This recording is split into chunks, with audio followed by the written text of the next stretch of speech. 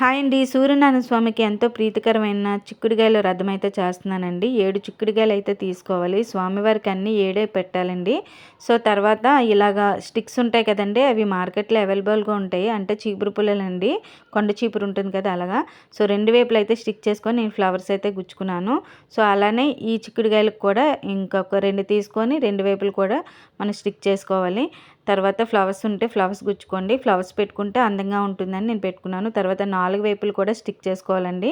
కొంచెం బుర్ర పెడితే మనకి ఈజీగా వచ్చేస్తుందండి. సో 4 వైపులు కూడా ఇలా స్టిక్ చేసుకోవాలి. సో తర్వాత మళ్ళీ సైడ్స్ అయితే మనం గుచ్చుకోవాలండి. సో 4 వైపులు కూడా గుచ్చుకుంటే మనకి ఫినిషింగ్ అనేది వస్తుందన్నమాట రథము. అలానే ఇప్పుడు ఒక 3 చిక్కుడుగాయలు మళ్ళీ తీసుకోవాలండి.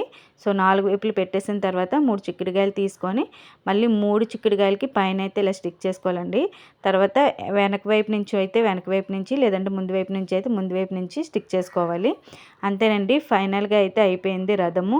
సో ఎలా ఉందండి? నాకు వచ్చినట్లయితే చేశాను. ఈ వీడియో నచ్చితే లైక్ చేసి సబ్స్క్రైబ్ చేసుకోండి.